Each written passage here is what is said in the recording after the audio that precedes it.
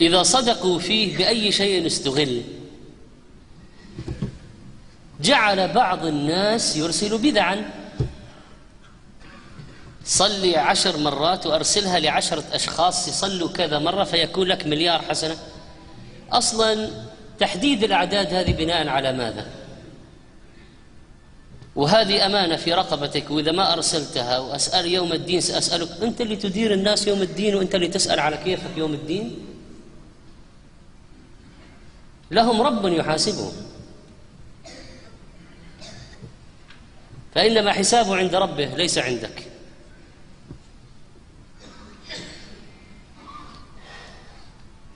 ليلة رأس السنة سيكون الناس في له لعب وكفر وعصيان. طيب فلنجتمع الساعة 12 ليلا لنصلي حتى ينظر ربنا إلينا ويرى العباد في ونحن في.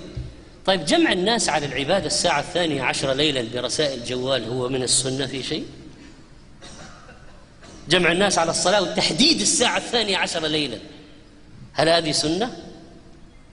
وهكذا الباب البدع مفتوح على الجرار، وبدع ورا بدع ورسائل ورا رسائل، كلها في أشياء ما أنزل الله بها من سلطان. في مثل هذا دعاء السنة الجديدة وأدعية ما أنزل الله بها من سلطان، وكل جمعة ذكر مخترع، جمعة مباركة جمعة مباركة جمعة مباركة، ذكر مخترع. لا تجد ولا في أي ديوان من دواوين السنة أن النبي عليه الصلاة والسلام علمه لأصحابه أو قاله أو أصحابه قالوه فيما بينهم، أو أن بعضهم كان يقول لبعض كل جمعة يقول جمعة مباركة جمعة مباركة جمعة، وأذكار مخترعة.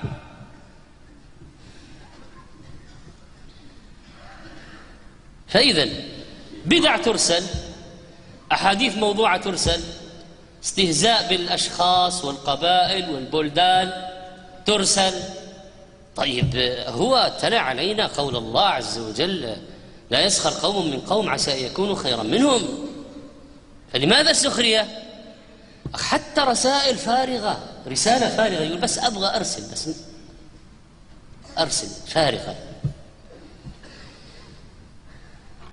الرسالة الفارغة تدل على صاحبها. فإذا ما خلقنا الله هملا ولا فراغا، يعني بدل من أن تغتنم الفرصة في إرسال أشياء مفيدة ثابتة صحيحة فإذا بها بهذه الطريقة، لماذا يغتنم؟